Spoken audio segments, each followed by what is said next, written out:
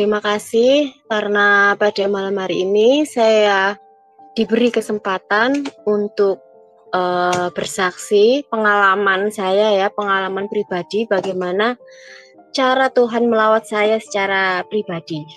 Di sini perkenalkan, nama saya Elizabeth ya. Saya langsung mulai aja. Saya terlahir dari seorang keluarga Muslim ya. Dari lahir keluarga besar saya Muslim. Di sini cara Tuhan melawat saya kurang lebih sekitar tahun 2005 ya, awal mulainya tahun 2005 itu pertemuan saya ya dengan suami saya. Dulunya tahun 2005 kita bertemu, terus kemudian kita putus komunikasi selama 3 tahun, terus kita mulai nyambung lagi ya komunikasi di tahun 2008. Nah, pada tahun 2008 itulah saya mulai mengenal Tuhan Yesus ya.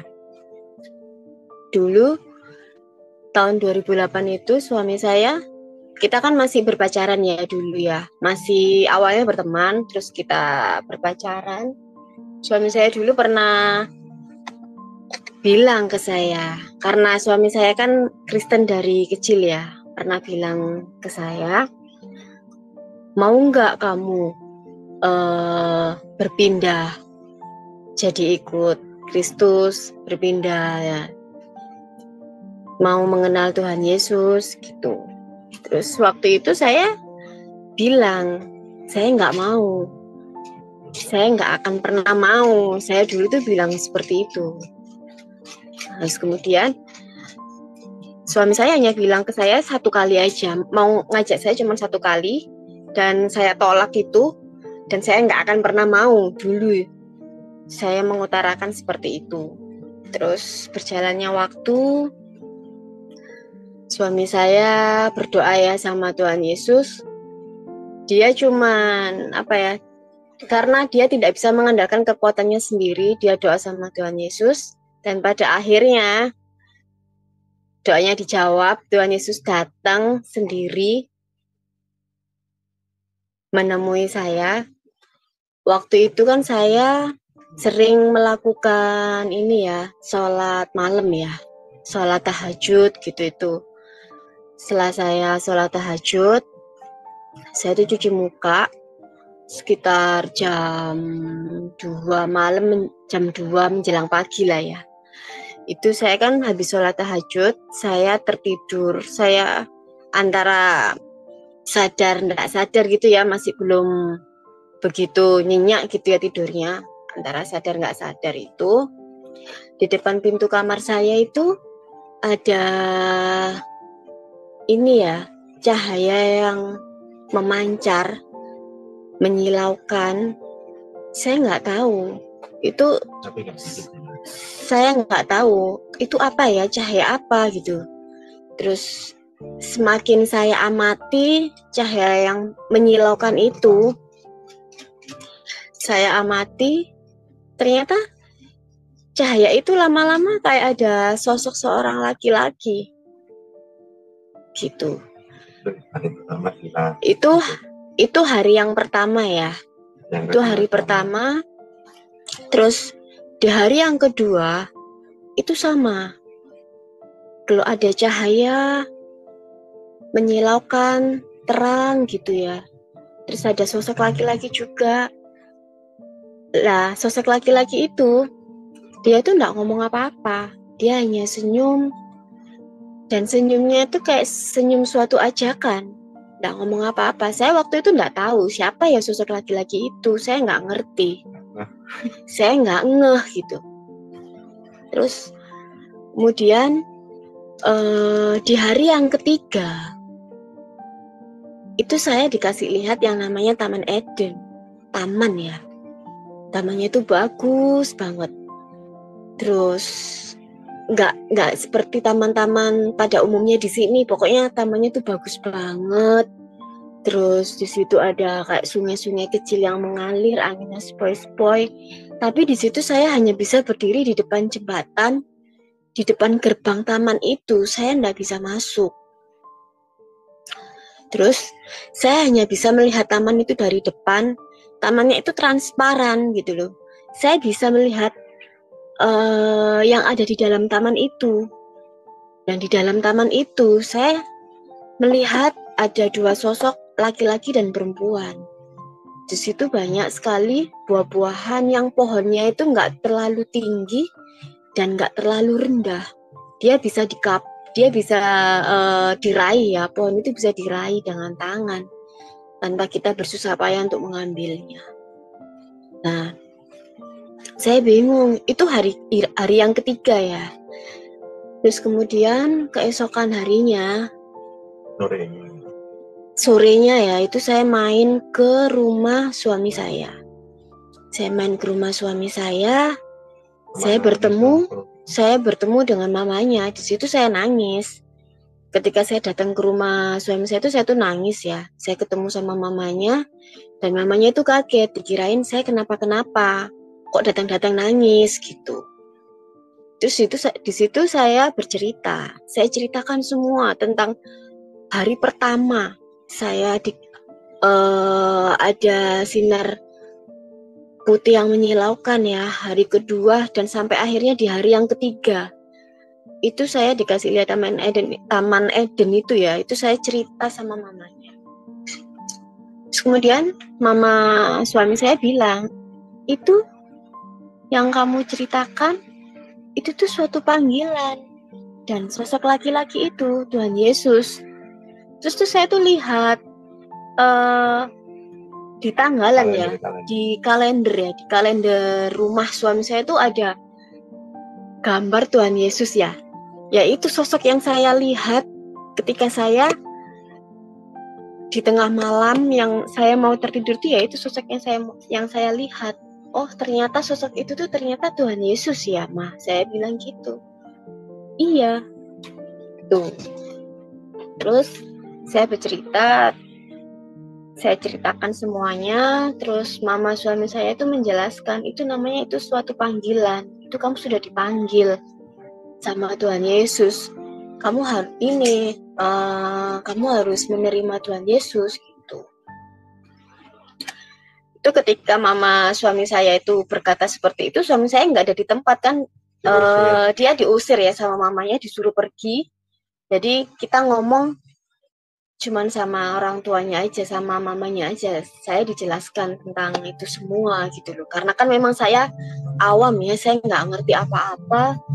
Saya nggak tahu sosok Yesus itu seperti apa, saya nggak ngerti.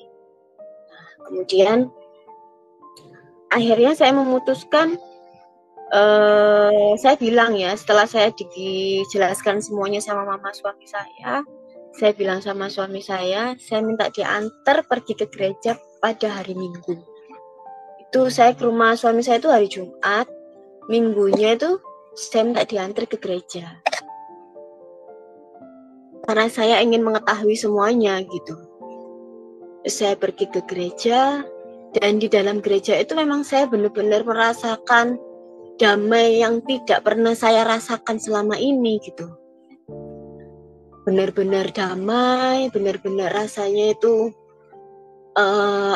kayak tentram, sukacita gitu. Dan saya merasakan kayak saya pernah masuk ke dalam gereja ini, padahal saya belum pernah masuk ke dalam gereja itu. Itu hari pertama kali saya masuk di dalam gereja. Terus kemudian saya bergereja, saya mau akhirnya saya memutuskan untuk saya mau terima Yesus ya. Tapi perjalanan saya tidak sampai di situ. Pergumulan saya dimulai ya. Berawal dari saya mau terima Yesus, pergumulan saya itu baru awal dimulai. Orang tua saya enggak tahu waktu itu kalau saya pergi ke gereja. Setiap hari Minggu saya pergi ke gereja, orang tua saya enggak tahu. Tapi lama-kelamaan orang tua saya itu mengamati setiap gerak-gerik saya ya. Mengamati setiap hari Minggu saya pergi ke gereja, mereka itu mengamati. Pada akhirnya ibu saya menegur saya. Bilang, "Kamu dari mana?" Ya saya bilang, waktu itu saya masih menyangkal diri ya, masih karena takut, karena bingung. Jadi saya tidak jujur sama orang tua saya waktu itu. Saya bilang, saya habis main Bu, gitu. Padahal saya pergi ke gereja. Terus ibu saya menekan saya ya untuk, enggak, kamu bohong. Kamu biasanya kalau pergi main tuh enggak pernah loh bawa tas besar. Ini kenapa setiap hari Minggu kamu selalu bawa tas besar? Apa isi di dalam tas kamu itu? Gitu. Akhirnya ketika saya didesak sama ibu saya, akhirnya saya ngaku. Iya Bu, saya pergi ke gereja. Gitu. Tapi yang namanya orang tua saya ini tidak terima gitu loh. Marah-marah yang begitu hebat. Siapa suruh kamu pergi ke gereja? Siapa yang ngajak-ajak kamu gitu? Pada akhirnya yang jadi sasarannya kan suami saya ya. Karena kan suami saya kan sering main ke rumah saya. Jadi yang jadi sasarannya itu suami saya. Dikiranya suami saya yang ngajak saya. Padahal saya pergi ke gereja atas kemauan saya sendiri. Itu ibu saya marah hebat, saya tidak boleh, sudah mulai sekarang nggak usah pergi ke gereja, nggak usah aneh-aneh gitu. Akhirnya saya tetap pergi ke gereja meskipun saya dilarang sama orang tua saya sembunyi-sembunyi berangkatnya. Terus sampai suami saya kena tegur juga sama orang tua saya. Ya suami saya bilang, saya nggak pernah ngajak Elizabeth ini pergi ke gereja Bu, gitu. Dia mau atas kemauannya sendiri. Enggak, bohong gitu. Intinya orang tua saya enggak setuju, orang tua saya marah besar.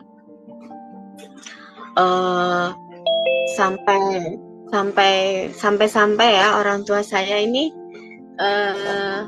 mainnya ini main dukun ya. Orang tua saya ini nyantet saya sama suami saya karena mereka intinya ingin memisahkan hubungan kami gitu loh, tanpa sepengetahuan saya gitu. Terus nyantet saya terus gitu. Pergumulan saya ini berlangsung selama 1 tahun ya. Keluarga besar saya tidak bisa menerima saya, bahkan kakak kandung saya sendiri tidak mau kenal saya, tidak mau telepon saya, tidak mau ngomong sama saya. Teman-teman saya pun juga menghindar semuanya. Pada waktu itu saya merasa sendiri. Saya merasa sendiri, saya merasa tidak ada yang mau mengerti saya gitu loh. Jadi di situ suami saya menguatkan saya ya untuk tetap mengasihi orang tua saya meskipun orang tua saya sudah sering berkata-kata yang buruk terhadap saya. Setiap hari saya pulang kerja, bapak ibu saya itu selalu memarahi saya, selalu memaki-maki saya, selalu menghujat saya, mengatakan saya ini anak durhaka, ini itu. Setiap hari saya pulang kerja, saya selalu mendapat omongan seperti itu. Terus sampai puncaknya, ibu saya itu mau mengusir saya dari rumah. Itu pada waktu itu ibu saya berkata kan, sudah kalau kamu tidak mau nurut sama orang tua ya, kamu masih tetap mau pergi ke gereja. Kamu itu loh sholat 5 waktu aja tidak pernah bolong.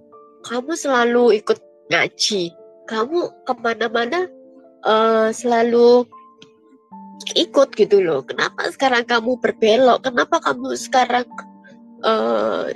jadi murtad kayak gini gitu. Intinya ibu saya bilang seperti itu, semakin maki, ini ibu yang melahirkan kamu gak mau nurut sama orang tua, kamu anak durhaka. Intinya seperti itu. Setiap hari saya mendapat cacian seperti itu. Puncaknya kan ibu saya itu mau mengusir saya ya dari rumah. Itu di tengah malam. Saya hanya bilang sama ibu saya, bukannya saya ini mau menentang orang tua atau mau tidak patuh sama orang tua, tidak. Tapi di situ saya menegaskan sama orang tua saya. Saya bilang, ibu, tidak apa-apa ibu kalau mau ngusir saya saat ini, saya pergi. Padahal saya juga bingung ya, kalau saya mau pergi malam-malam gini, mau pergi kemana kan gitu. Saya bilang, ibu kalau mau usir saya tidak apa-apa, saya pergi, sekarang pun saya akan pergi. Tapi ya bu, satu hal, jangan pernah menyuruh saya meninggalkan Tuhan Yesus saya barang sesaat. Saya bilang gitu ke orang tua saya. Terus kemudian ibu saya terdiam. Akhirnya ibu saya tidak ngusir saya karena saya menentang seperti itu. Tetapi ibu saya nggak mau nyapa saya, bapak saya nggak mau nyapa saya. Meskipun kita tinggal satu rumah, tapi orang tua saya membenci saya, orang tua saya nggak mau kenal saya, nggak mau ngomong sama saya. Itu selama 1 tahun. Keluarga besar saya juga tidak mau tahu, tidak mau kenal. Akhirnya saya doa sama Tuhan. Waktu itu saya doanya simple ya. Saya doa sama Tuhan, Tuhan Yesus, saya ini sudah lelah Tuhan, harus diperlakukan seperti ini sama orang tua saya, keluarga besar saya, teman-teman saya. Saya tidak mau jadi anak yang tidak nurut sama orang tua. Tetapi di sini saya mau terima Yesus. Tolong Tuhan upahkan orang tua saya, tolong Tuhan kasih pengertian sama orang tua saya, agar orang tua saya bisa saya bahwa saya mau terima Yesus, saya mau jadi pengikut Kristus. Saya doa seperti itu. Haleluya, amin. Waktu itu saya doa simple seperti itu, karena emang saya ketika saya merasakan lelah ya, saya bentok karena perlakuan orang tua seperti itu. Ya udah, saya setiap hari pulang kerja nangis, masuk kamar, besoknya berulang seperti itu lagi selama 1 tahun lalu. Kemudian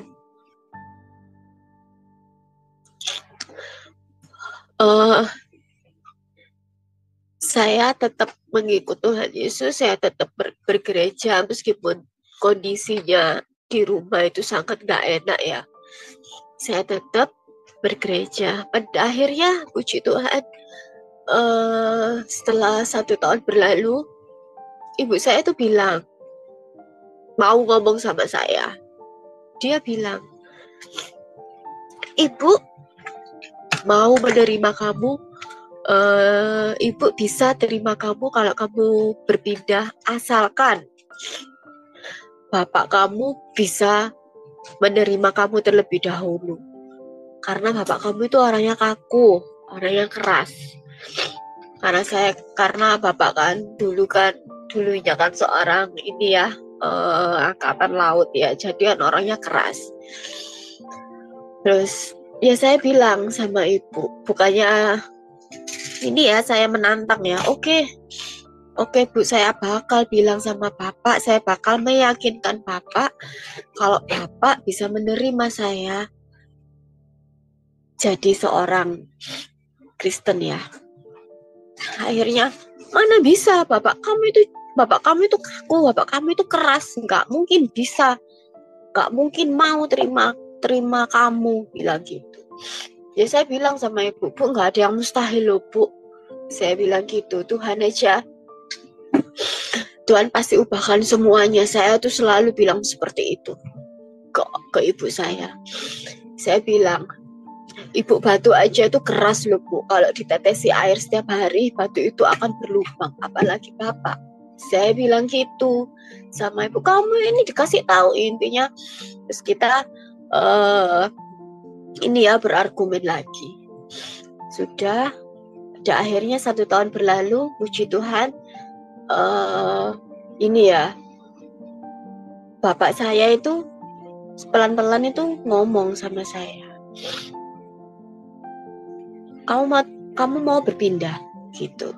Iya Pak, saya kan mau terima Yesus. Bukan berarti saya ndak sayang sama bapak ibu. Bukan berarti saya ndak mau mengasihi bapak ibu. Ndak, saya tetap mau mengasihi bapak ibu.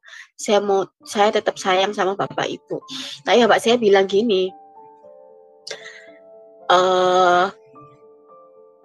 saya, bapak, ibu, kalau kamu teruskan, kamu nikah sama suami kamu, bapak ibu nggak bakal mau datang di gereja, nggak bakal mau masuk ke gereja, nggak bakal mau menginjakkan kaki ke dalam gereja,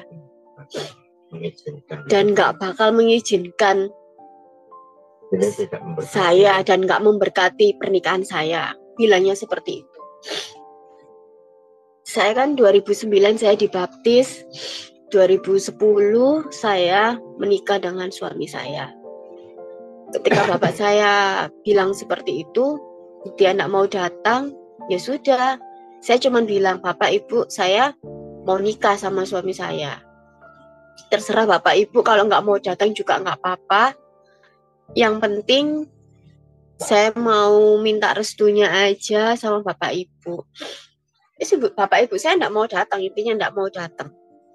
Terus pada waktu acara pemberkatan di gereja itu, saya kaget. Tanggal sebelumnya Mama doanya Bapak Ibu. Kan sebelum saya pemberkatan di gereja itu, kita kan malamnya kan berdoa ya. Kita doa, kita mau Tuhan Yesus mohon ubahkan hati orang tua saya, biar mau datang, biar mau melihat, menyaksikan pernikahan putrinya ya. Terus dan itu setelah kita doa malam itu ya, keesokan harinya kan kita pemberkatan di gereja.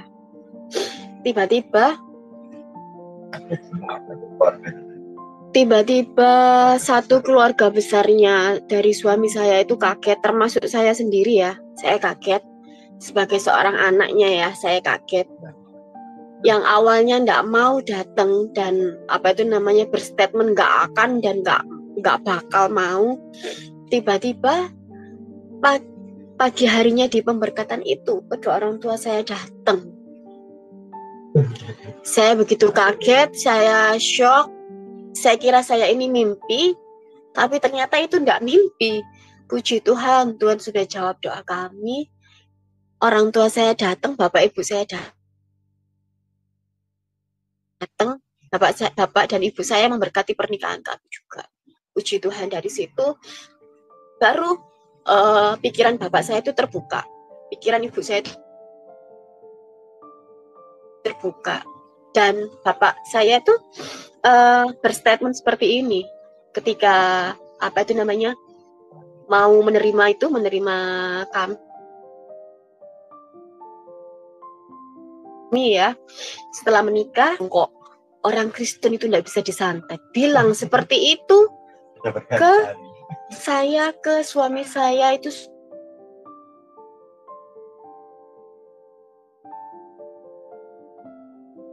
sudah berkali-kali bilang seperti itu. Berarti memperlakukan kami seperti itu dan ternyata gagal. Hubungan kami tidak bisa dipisahkan oleh siapapun karena memang kami kan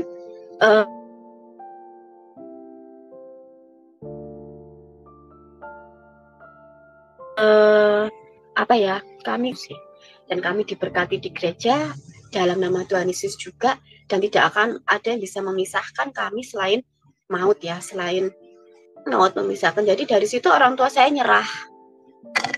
nyerah. Dia bilang ya seperti itu tadi, memang masih heran gitu loh, masih nggak percaya gitu loh. Memang kok seringkali berucap seperti itu, memang orang Kristen itu nggak bisa disantet, nggak bisa diapa-apain.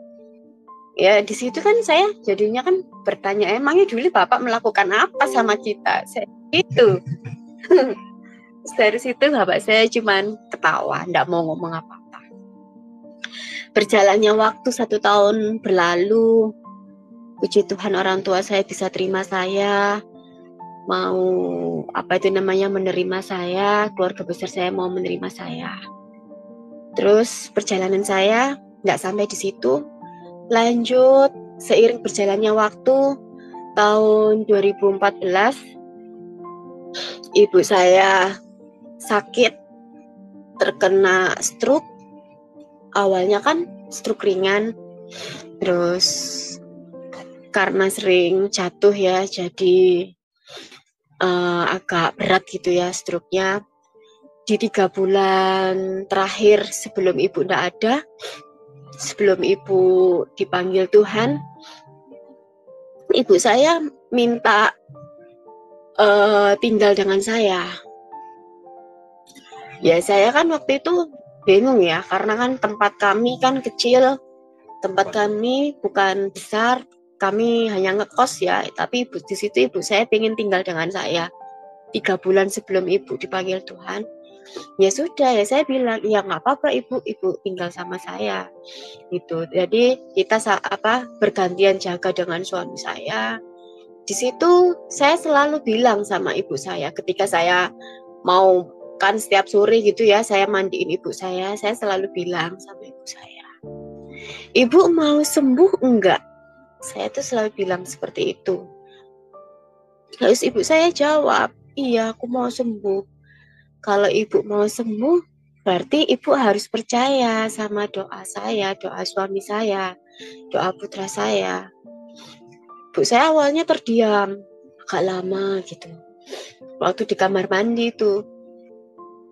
Terus akhirnya ibu saya, iya, aku mau sembuh. Kalau ibu mau sembuh, ibu harus ibu harus percaya sama doa saya, doa suami saya sama putra saya. Iya, aku mau sembuh, pokoknya aku mau sembuh, aku mau percaya. Ibu harus percaya sama Tuhan Yesus, karena yang bisa menyembuhkan cuma Tuhan Yesus, Bu. Saya bilang seperti itu. Iya, aku mau sembuh, aku mau terima Yesus. Ibu saya seperti itu. Jadi setiap sore ya, malam saya pulang kerja, suami saya juga pulang kerja, kan kita gantian ya jaga ibu. Terus kita doa bareng. Terus sama putra saya juga kita doa bareng. Saya tidak tinggal dengan saya, bapak saya di rumahnya gitu ya. Jadi yang tinggal sama ibu kan, yang tinggal sama saya kan ibu, jadi bapak di kota lain. Setiap hari saya doa, kita berdoa untuk ibu pasti sembuh, ibu harus terima Tuhan Yesus ya Bu. Iya, jadi kita kebaktian pun di rumah kita berempat, ibu saya juga ikut gitu. Padahal yang dulunya ibu saya yang bilang nggak mau menerima saya ikut Tuhan Yesus, akhirnya ibu saya perlahan-lahan ibu saya itu mau menerima, mau membuka hatinya. Jadi mau membuka hati yang paling kecil ya, mau membuka, mau belajar, mau terima Yesus gitu. Karena memang ibu saya dulunya itu pas waktu sekolah itu kan sebenarnya tuh ibu saya tuh pengen masuk ke Kristen dulunya. Ternyata saya kan diceritain juga sama ibu saya, tapi sama kakek nenek saya itu enggak boleh. Jadi ibu saya nurut, jadi nggak belok kayak saya gini, nggak murtad kayak gini gitu loh. Jadi di sini yang saya berani ngambil keputusan seperti itu, saya berani murtad, saya berani belok, bukan karena apa-apa, bukan saya menentang orang tua juga gitu loh, karena saya emang mau ikut Tuhan Yesus, saya mau mengenal pribadi Yesus lebih dalam lagi. Nah itu sampai akhirnya kondisi ibu saya itu semakin parah ya, semakin ngedrop, semakin sudah halusinasi yang enggak gitu, tapi tetap kita tetap tekankan ibu terima Yesus ya. Terus pada akhirnya ibu saya setelah tinggal sama saya kurang lebih 3 bulanan ya, terus ibu saya tuh pengen pulang ke rumahnya. Ya sudah, kita antar pulang ke rumahnya karena kan katanya kangen sama kondisi rumah gitu. Kita pulang, kita antar ibu pulang ke rumahnya. Nggak lama ibu pulang, itu saya ditelepon kan, saya setelah antar pulang saya kembali lagi ke tempat tinggal kami. Terus nggak lama saya ditelepon sama bapak bahwa kondisi ibu itu sudah kritis. Saya balik lagi ke kota di mana ibu tinggal itu karena ibu sudah, terus akhirnya ibu nggak mau dibawa ke rumah sakit, ibu menunggu saya. Akhirnya ketika saya datang langsung saya bawa ke rumah sakit itu menjelang jam 3 pagi ya, itu menjelang pagi kita bawa ke rumah sakit. Dan di situ ibu cuman 1 minggu aja ya di rumah sakit itu. Terus waktu di rumah sakit ibu opnam, kondisinya itu semakin ngedrop. Kita semakin gencar-gencarnya, ayo ibu harus terima Yesus ya bu, kita doa buat ibu, kita bertiga doa buat ibu. Akhirnya di puncaknya ibu saya koma, di kondisi koma pun kita tetap, ibu terima Yesus ya, ibu mau terima Yesus ya. Ibu hanya bisa menjawab dengan tangisan ya, menangis, meneteskan air mata. Saya tanya sama suami saya, Pak, ibu ini sudah mau terima Yesus ya? Terus kata suami saya, sudah. Suami saya kan bilang sama saya 3 hari sebelum ibu saya dipanggil Tuhan ya. Suami saya bilang, ibu ndak lama loh mas, bentar lagi ibu mau dipanggil Tuhan. Saya kaget, apa ini, jangan bilang seperti itu dong. Bentar, saya maksudnya itu masih belum siap gitu loh. Kamu itu gimana sih? Kita harus persiapkan diri gitu. Terus pada akhirnya pas waktu hari hanya itu ibu saya ngedrop, ibu saya koma. Ternyata dokter kan bilang ya ke kita, ibu saya ini sebenarnya ini sudah sudah anfal, karena ini bisa bertahan karena alat-alat yang terpasang di tubuh ibu saya. Karena ibu saya ini kasihan bu, ini maksudnya kondisinya sudah lemah, ini ibunya ini sebenarnya sudah tidak ada, bilang seperti itu. Saya langsung kaget, saya ingat omongan suami saya, oh iya ya gitu. Terus kita sebelum memutuskan untuk ini ya, alat-alatnya ibu dilepas, kita doa sama Tuhan Yesus, kita doa, kita puji-pujian. Di situ saya nggak peduli mau di sebelah saya itu orang ada suster ya, ada orang muslim juga, saya nggak peduli. Pokoknya di situ saya doa, kita pujian. Terus ternyata saya bilang sama suami saya, ibu beneran ya, maksudnya itu sudah diterima Tuhan Yesus enggak ya Pak? Saya bilang gitu. Terus kita kita minta tanda sama Tuhan Yesus ya, kita minta pertanda. Setelah ibu saya dinyatakan meninggal itu ya, kan kita sudah doa, ibu saya dinyatakan meninggal. Terus kita minta pertanda ya, kita minta tanda. Saya kan tanya sama suami saya, ibu apa sudah di surga apa belum ya, saya gitu. Misalnya ternyata doa kita dijawab sama Tuhan Yesus, kita dikasih tanda ya, dikasih pertanda, ada burung merpati ya di rumah sakit gitu loh. Tepat jam setengah 2 malam tuh burung merpati itu tepat di atas kamar ibu saya gitu. Nah dari situ, oh puji Tuhan, ternyata kita melihat ada burung merpati itu gitu. Puji Tuhan, memang kalau ibu sudah di surga bersama Tuhan Yesus, meskipun kondisinya ibu saya belum dibaptis, tapi setidaknya ibu saya mau terima Yesus. Itu yang terpenting. Itu kesaksian saya. Terus seiring berjalannya waktu juga, Tuhan tahun berapa ya, 2022, tahun kemarin, Tuhan izinkan saya Waktu itu saya sakit, saya terdiagnosa kanker payudara. Nah, di situ saya benar-benar ngedrop.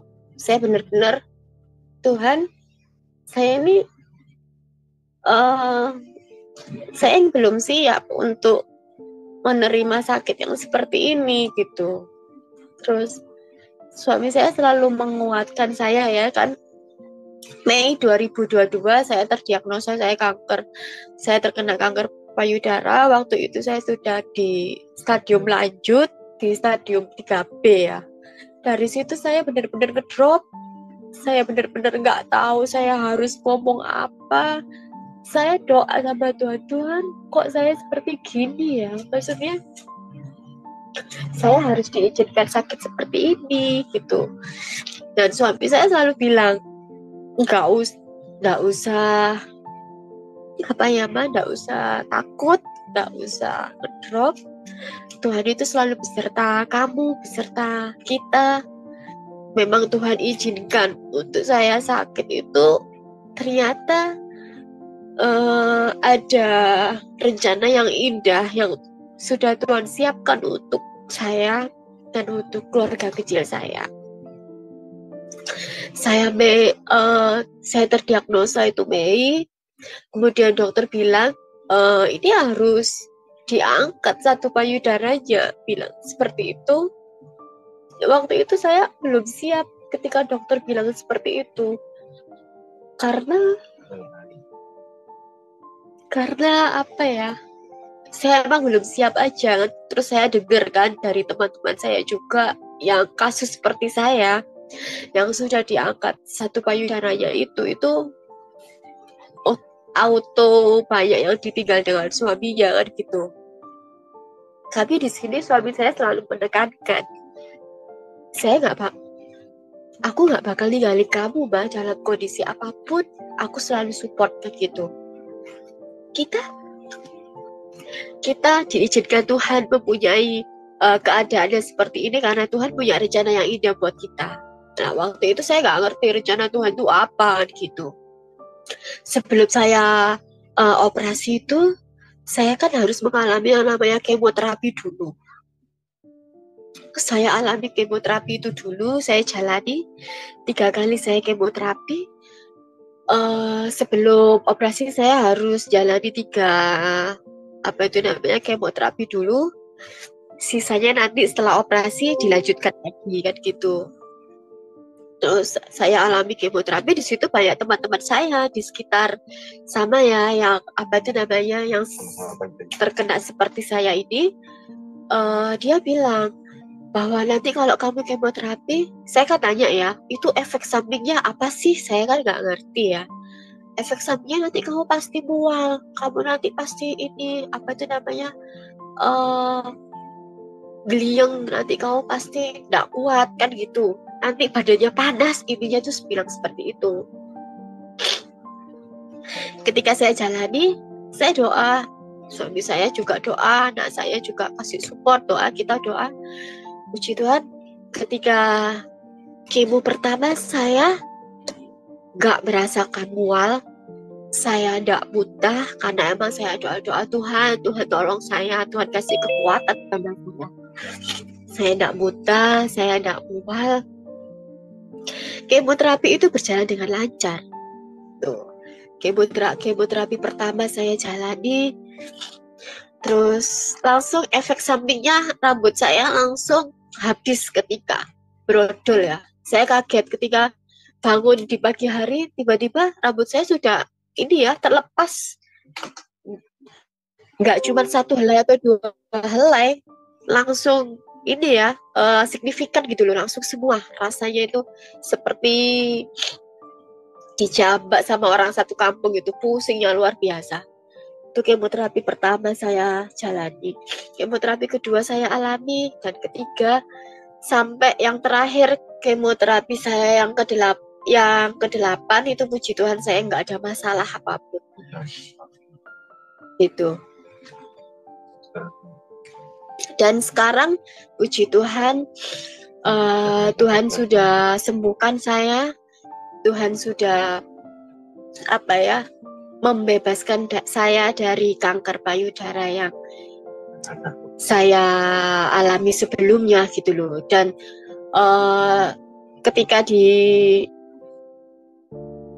ya, ketika saya harus foto torak, saya harus USG, semuanya hasilnya itu normal. Bahkan di tulang saya itu tidak ditemukan metastase pada tulang. Jadi hasilnya itu negatif.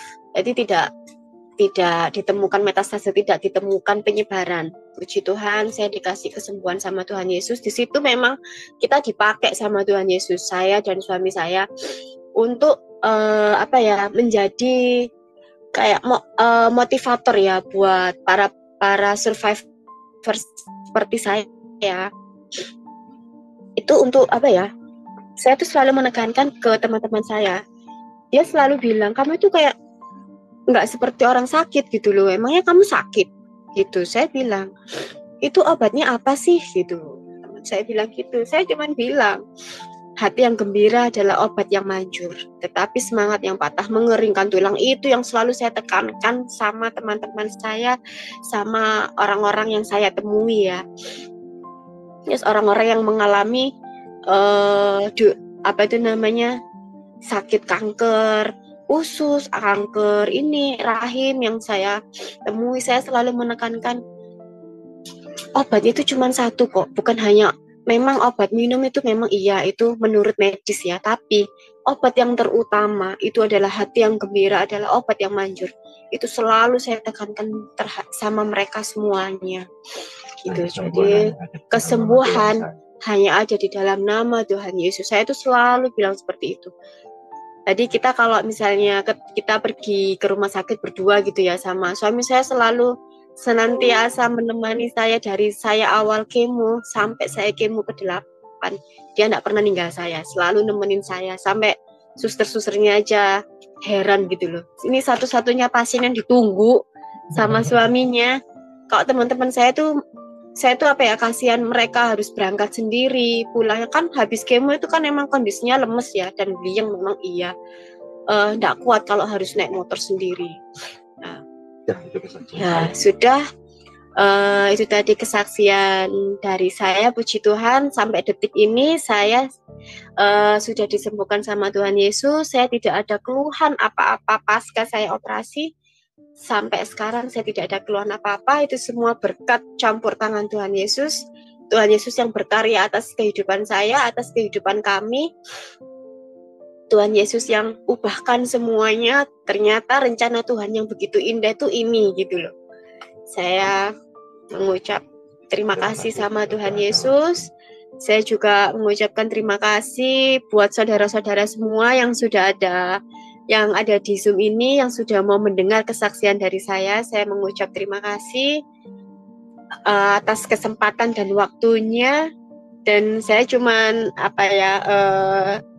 mau berpesan satu aja kan. Jadi diberkatilah orang yang mengandalkan Tuhan, yang menaruh harapannya pada Tuhan. Jadi saya selalu mengandalkan Tuhan di setiap aktivitas saya, kegiatan saya, apapun yang saya lakukan, apapun yang suami saya lakukan, putra saya lakukan, itu semua kami landasi atas dalam nama Tuhan Yesus. Itu aja. Terima kasih semuanya.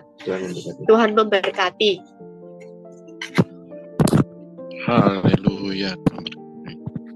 Puji Tuhan ya. Dan sekarang sudah dikaruniai berapa anak, Mbak Elizabeth? Puji Tuhan, masih satu, Bang Bre. Haleluya ya. Puji Tuhan. Perempuan ya, apa laki? Putra saya. Putra cowok. Ya. Oh. Iya. Mantap. Ya, demikian teman-teman, kesaksian dari Mbak Elizabeth luar biasa ya. Di dalam kesaksiannya Mbak Elizabeth mengalami naik turun, percobaan terus silih berganti, tapi Tuhan tidak pernah meninggalkan seorang diri ya. Tuhan selalu bersama dengan Mbak Elizabeth dan diberikan kemenangan akhirnya. Meskipun ada saat-saat yang ya mungkin sebagai manusia kita patut sedih, patut terluka, tapi kita lihat begitu kuatnya Mbak Elizabeth ya.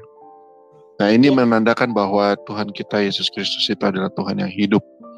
Ya, kita tidak dibiarkan sendiri menjalani semua proses itu. Ya, selalu dikuatkan gitu. Nah, Mbak Elizabeth ya boleh tahu nggak gimana tanggapan teman-teman dari Mbak Elizabeth, misalnya teman sekolah atau teman main, bagaimana tanggapan mereka begitu tahu bahwa Mbak Elizabeth sekarang berpindah keyakinan gitu? Gimana Mbak? Teman-teman saya awalnya sih ini ya, teman-teman saya memang menjauhi saya, tapi seiring berjalannya waktu, akhirnya mereka ini ya mau menerima saya. Gitu.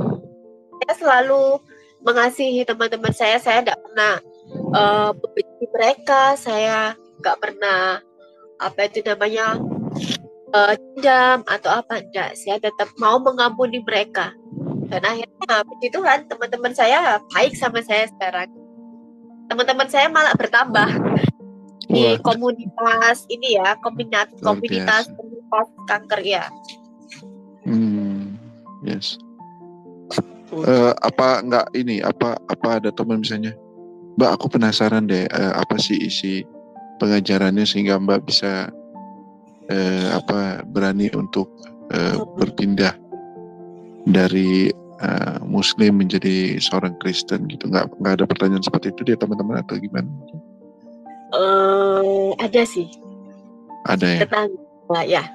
Tetangga saya juga. Tetangga saya itu di bawah saya ya, masih adik kelas ya. Tapi kita kan memang berteman ya. Itu kan kita kan dulu kan kayak ada yang namanya Karang Taruna gitu ya, perkumpulan pemuda gitu ya. Itu ada suami saya juga. Dia bertanya, gimana sih? Maksudnya rasanya tuh gimana Mbak? Ya, itu luar biasa baik. Tuhan Yesus itu apa ya? Kalau kamu lagi berbeban berat, susah apa, ngomong aja sama Tuhan Yesus, bisa kayak sahabat. Tuhan Yesus itu sahabat, Tuhan Yesus itu orang tua kamu. Tuhan Yesus itu teman kamu, belahan jiwa kamu. Saya tuh bilang gitu. Terus akhirnya dia ini ya, waktu itu dia mendapatkan ini ya, masalah gitu ya Bang Bre. Dia itu hamil di luar nikah gitu ya. Terus dia bingung, terus gimana ya, terus orang tuanya itu kan nggak bisa nerima dia. Terus dia itu bingung gimana. Saya selalu bilang gini, kamu kan kalau kamu mau kenal Yesus enak loh, meskipun kamu kondisi sekarang kan lagi susah ya, nggak ada yang mau nerima kamu dengan kondisi kamu, apalagi lingkungan dan keluarga serta yang menghamili dia itu kayak nggak bertanggung jawab. Ada Tuhan kok masih saya suami saya itu mengenalkan tentang Yesus ke dia. Terus kemudian gimana Mbak? Sudah, pokoknya kamu kalau di dalam Kristus gak usah khawatir. Tuhan pasti selesaikan semua masalah kamu. Doa aja. Awal mula itu, terus ini ya, saya kasih waktu itu? Saya kasih Alkitab saya ke dia. Kalau kamu ini ya, saya punya Alkitab. Kalau kamu mau buka, kamu mau pengen baca, nggak apa-apa, baca aja. Saya gitu. Kalau kamu nggak ngerti, kamu tanya. Waktu itu, saya ya udah dibawa sama dia. Awalnya dia masih ini ya, ragu gitu ya. Terus kemudian dia pindah kota. Terus kita kan ini ya, lost contact sama teman saya itu. Terus kemudian dia tuh nelpon saya, nyari saya di waktu itu kan kita masih zaman main Facebook gitu ya. Nyari, akhirnya kita ketemu lagi. Terus dia bilang, Mbak Elizabeth, puji Tuhan Mbak, kenapa? Saya sekarang sudah terima Yesus. Oh iya, saya gitu. Iya. Wow, puji Tuhan. Sudah dengan bermodalkan hanya satu Alkitab itu ya. Saya tuh waktu itu cuma punya satu, saya kasihkan dia. Saya cuma punya satu, kalau saya kasihkan saya pakai apa ya? Udahlah, enggak apa-apa, nanti pasti Tuhan kasih lagi. Tuhan kalau emang ini untuk kemuliaan Tuhan pasti nanti ada Alkitab lagi, saya gitu. Puji Tuhan ya ada Alkitab lagi. Jadi apa ya, satu Alkitab itu perantara untuk satu jiwa yang sudah diselamatkan gitu. Gitu Bang Bre. Keren kan ya, puji Tuhan. Wah, berarti sudah ini dong ya, memenangkan satu jiwa ya, luar biasa. Keren Bukan keren. Puji Tuhan. Dua ya, sama almarhum ibu saya. Oh iya, 2 sama almarhum ibu ya, iya betul. Puji Tuhan. Ini sekarang kita masih minta sama Tuhan Yesus ya, biar Bapak juga dicabik di jala juga gitu loh, biar jiwanya terselamatkan juga. Ini Bapak saya kan masih Muslim ya, jadi ini tugasnya. Ya itu tadi kan Tuhan Yesus sendiri bilang kan, bukan kamu yang memilih, tetapi aku yang memilih. Tuhan sendiri yang memilih. Kalau memang Tuhan tidak memilih Bapak saya ya sudah gitu. Iya betul, kita nggak bisa berbuat apa-apa. Iya, kita cuma bisa doa itu aja Bang Teh. Iya betul. Baik, teman-teman yang ada di Zoom atau yang ada di live chat, silakan bertanya, kita buka ruang tanya, atau ada masukan-masukan untuk pasangan dari Mbak Elizabeth ya.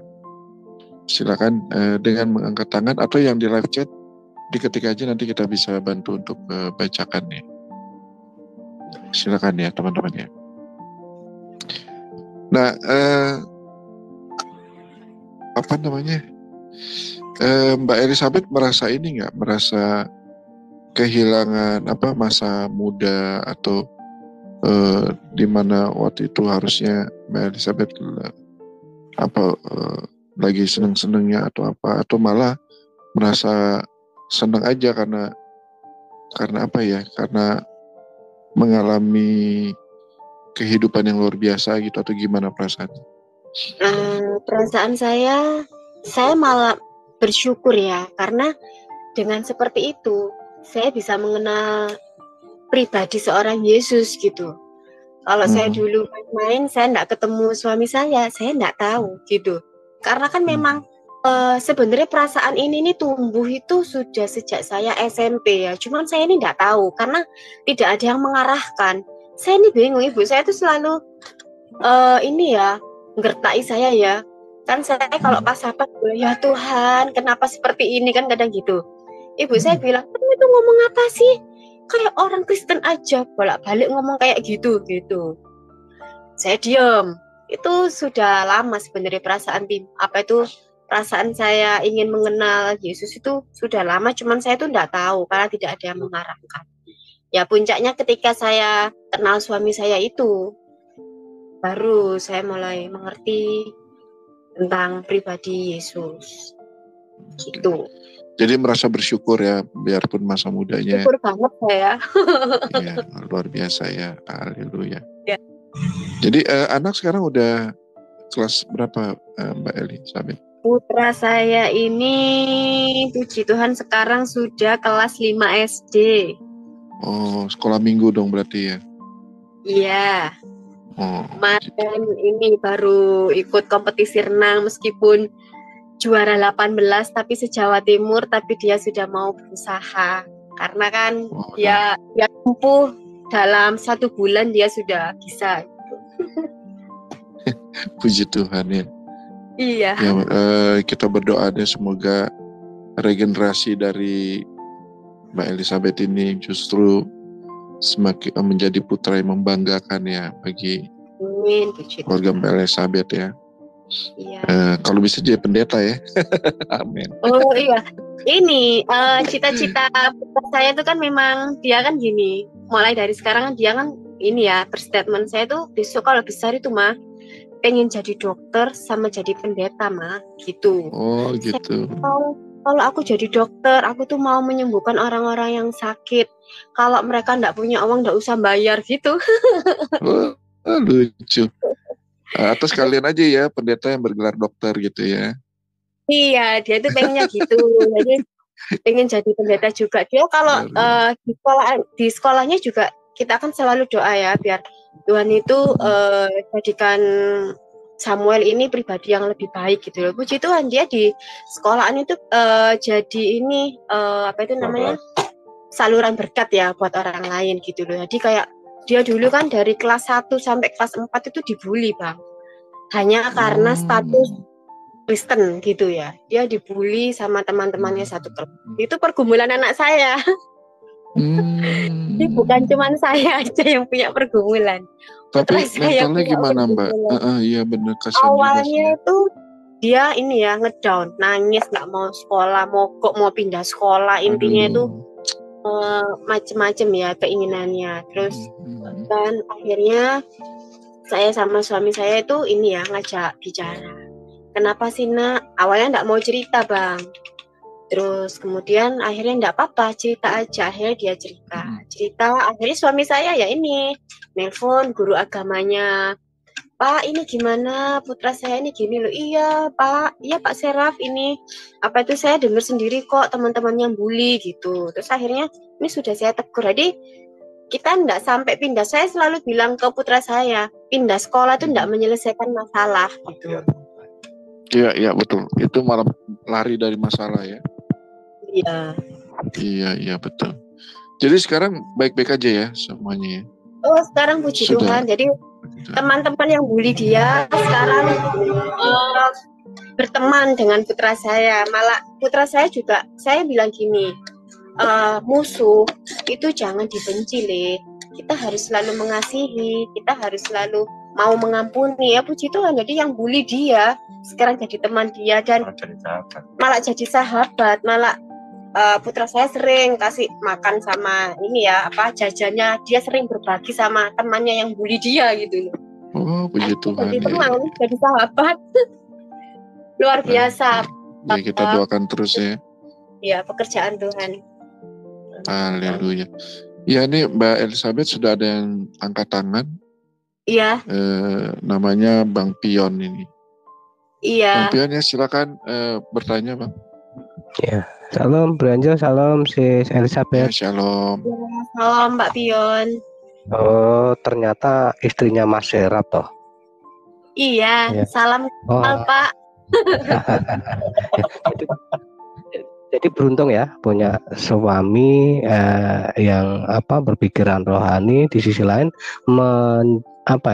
menjadi makmumnya orang Kristen. Kalau puji Tuhan, tapi itu tapi itu perjalanan saya itu suami saya diubahkan Tuhan itu, saya itu doa sama Tuhan Yesus tuh 10 tahun loh. Suami saya baru bisa.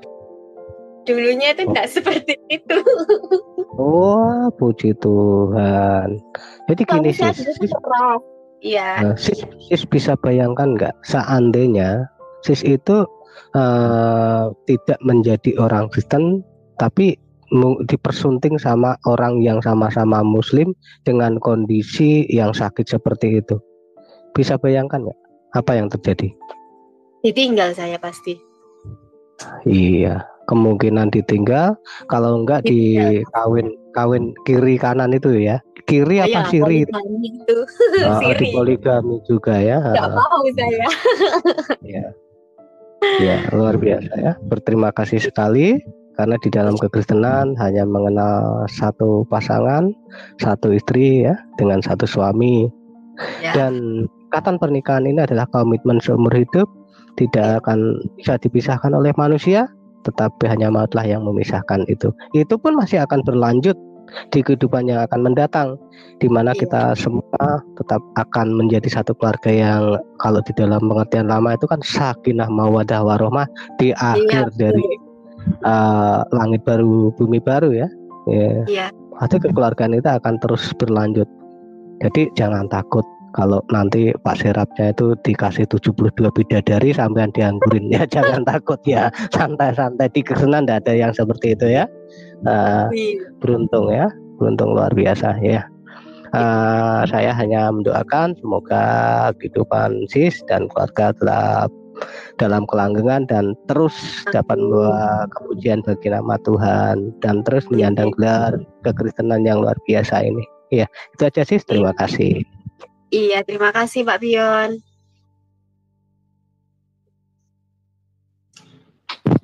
Baik, terima kasih Bro Pion atas nasihatnya. Ya memang kalau orang tua gitu ya Mbak, selalu menasihati yang muda-muda ya Mbak ya.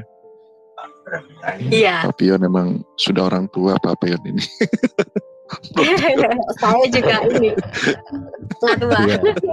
Iya Pak tua ya. Iya. Naluri nasehatin biasa itu.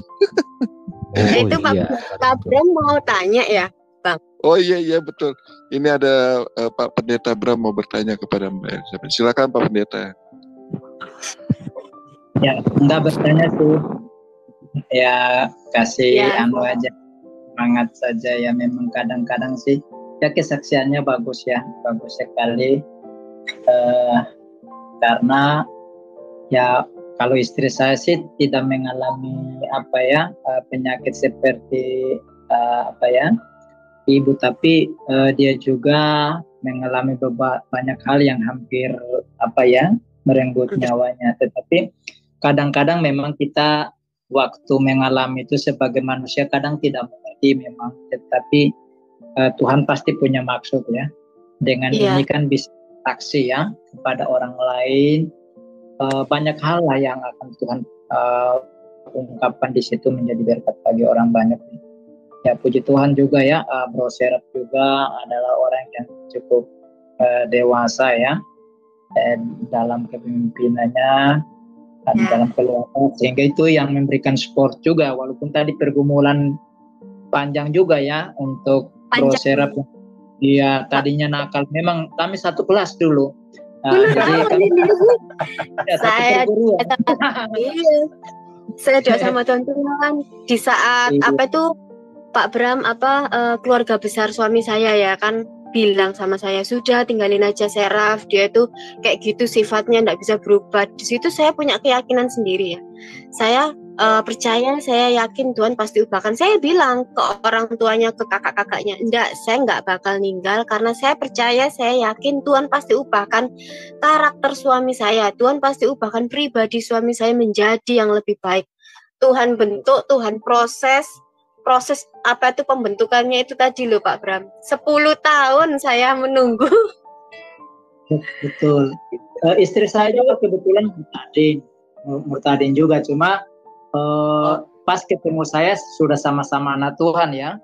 Makanya imannya luar biasa. Saya lahirnya Kristen tapi saya bangga dengan istri. Memang latar belakang kalau Muslim dan itu dipanggil hatinya benar-benar cari Tuhan, itu keseriusannya beda gitu. Jadi saya melihat itu dalam diri ibu juga ya, jadi Ibu Serap juga. Jadi ini luar biasa gitu. Mungkin itu yang bisa saya bagikan sebagai support aja untuk ibu ya, dengan kondisi kesehatan yang sekarang memang harus dilalui dengan happy ya, seperti kata Bro Serap, happy.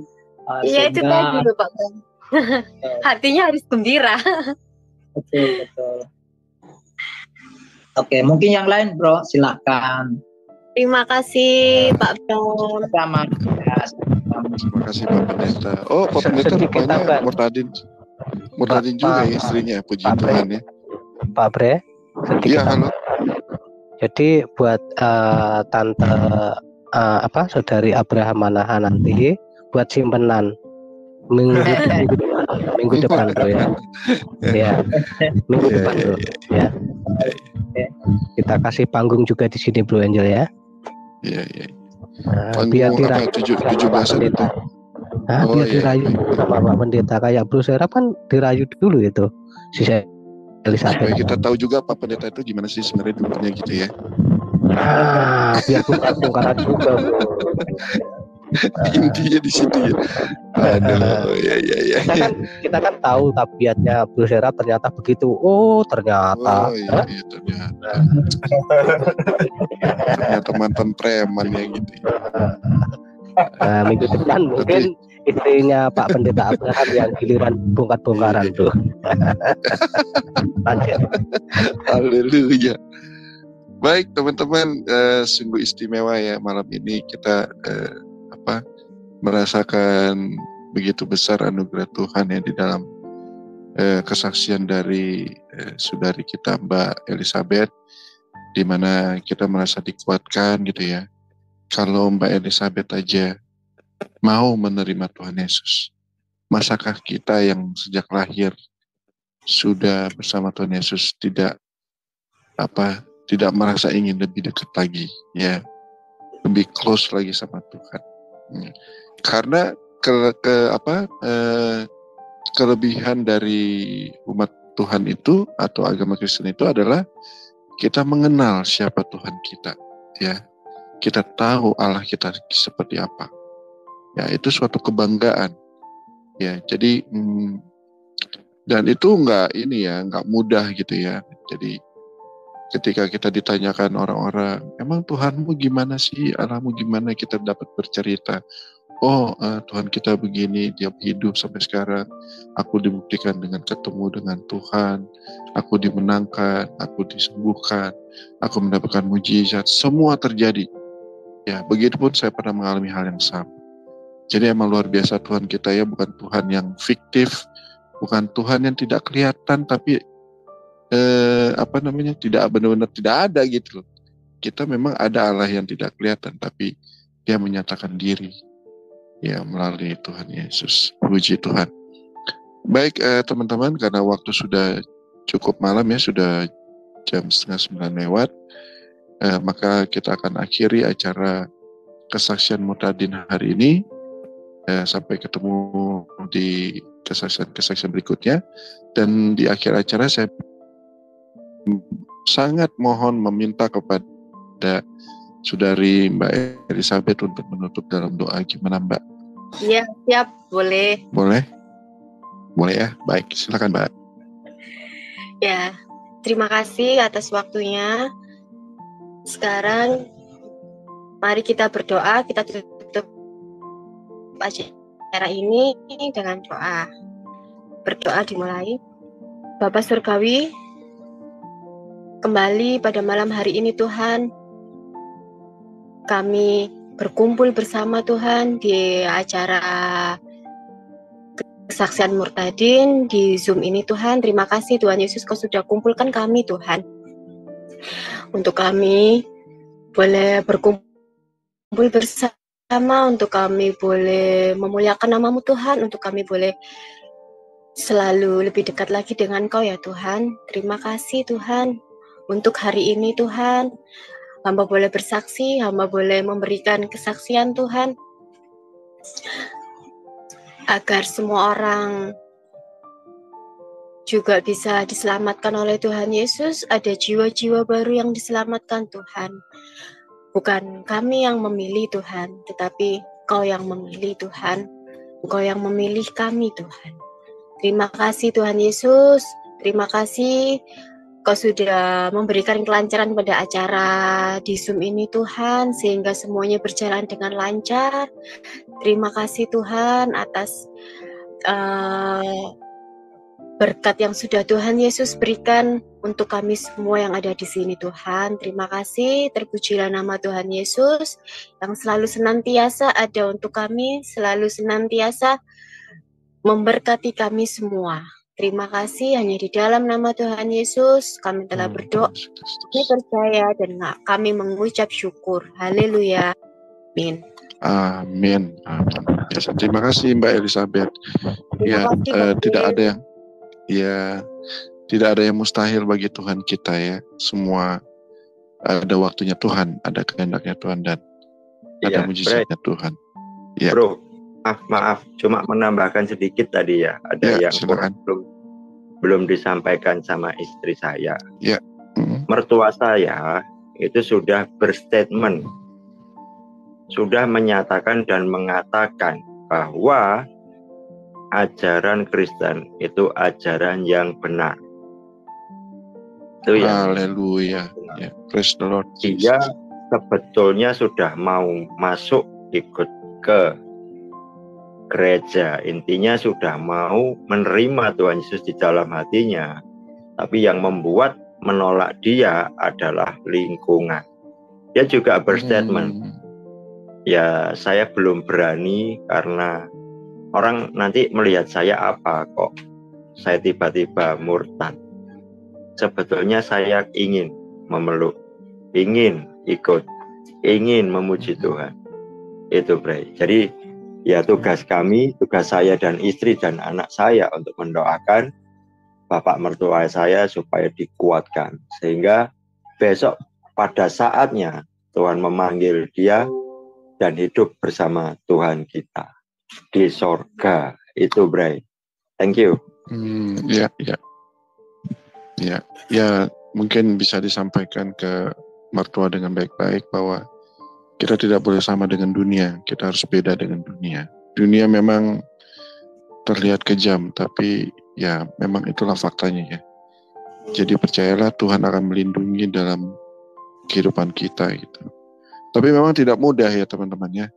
Ya cuma kita harus tahu prosesnya, kalau kita tidak jalankan kita tidak akan tahu. Ya, mujizat-mujizat Tuhan itu harus dinyatakan gitu. Baik, teman-teman, kita akan akhiri acara kesaksian Murtadin malam ini. Sampai ketemu lagi di acara kesaksian Murtadin minggu depan di narasumber yang berbeda, di kesaksian yang berbeda pula yang unik-unik lainnya. Sampai jumpa, sampai ketemu. Tuhan berkati. Shalom. Ya, teman-teman sekalian, kita sudah bersama-sama mendengarkan kesaksian dari seorang murtadin ya, kesaksian yang sangat-sangat luar biasa yang memberkati kita, yang dimana kita belajar dari kisah hidupnya, ya dari perjalanan hidupnya, dari seorang yang lahir dari keluarga muslim gitu ya, kenalan dengan seorang laki-laki Kristen, berpacaran, lalu kemudian dia ditantang untuk percaya Yesus dan dia membutuhkan waktu untuk memutuskan itu, dan pada akhirnya dia dijamah oleh Tuhan dan dia percaya kepada Yesus Kristus sampai sekarang, menjadi pengikut Kristus, bahkan telah bersaksi bahwa dia percaya kepada Yesus Kristus. Ini adalah kesaksian yang sangat-sangat luar biasa teman-teman ya, dimana kalau Tuhan sudah bekerja, tidak ada satu orang pun yang bisa menghalanginya. Kalau Tuhan sudah membuka pintu, tidak ada satu orang pun yang dapat menutupnya. Inilah pelajaran berharga untuk kita, bahwa kuasa Tuhan itu tidak ada tandingnya di dunia ini. Dan kita bersuka cita karena semakin banyak orang yang percaya kepada Kristus. Entah itu berbagai cara, lewat apapun ya. Mungkin nanti kemudian ada yang nonton, wah ini karena laki-laki, gara-gara urusan pernikahan akhirnya pindah. Ya teman-teman, berpindah keyakinan itu bukanlah perkara yang mudah teman-teman ya. Kita sudah belajar sejak kecil, misalkan Islam, belajar Islam sejak kecil, khatam gitu ya, memahami sungguh-sungguh, pelajari sungguh-sungguh, tapi ujung-ujungnya juga murtad, meninggalkan percaya Kristus. Ini bukan perkara yang mudah teman-teman, meninggalkan apa yang telah dipelajari sejak kecil. Tetapi kalau Roh Kudus bekerja, siapa yang menghalangi gitu kan? Kalau Roh Kudus sudah bekerja, siapa yang melarang? Siapa yang menutup? Kan nggak ada teman-teman ya. Nah inilah yang terjadi, bahwa ketika Roh Kudus sudah bekerja secara luar biasa, secara leluasa, maka tidak ada satu orang pun yang bisa menghalangi orang tersebut untuk datang kepadanya. Dan kita pun teman-teman dapat belajar dari kesaksian ini bahwa tidak ada yang mustahil bagi Tuhan. Mungkin bagi Ibu Elizabeth ini, ketika dia mendengarkan suaminya, maukah kau pindah agamaku misalkan gitu, dia merasa aneh misalkan, atau dia merasa nggak pernah terpikirkan bagi dia untuk menjadi seorang Kristen gitu. Dan itu adalah perjalanan yang sangat terjal, apalagi masih ada keluarga dan lain sebagainya. Tetapi kalau Tuhan sudah bekerja dan dia berdoa, suaminya juga berdoa, waktu itu masih pacarnya, berdoa dan kuasa Tuhan bekerja. Nah bagi kita mungkin yang mengalami pergumulan juga, mungkin kita sedang mengalami masalah, tantangan yang dimana dalam bayangan kita itu sangat susah untuk diselesaikan, persoalan yang sangat rumit, yang sangat keras, yang mungkin bagi teman-teman yang sedang mengalaminya itu adalah perkara yang sangat tidak bisa ada jalan keluarnya. Tetapi percayalah teman-teman, dari kesaksian ini kita belajar bahwa kuasa Tuhan itu bekerja, dan jika sudah bekerja maka nyata mujizatnya. Wah luar biasa ya teman-teman ya.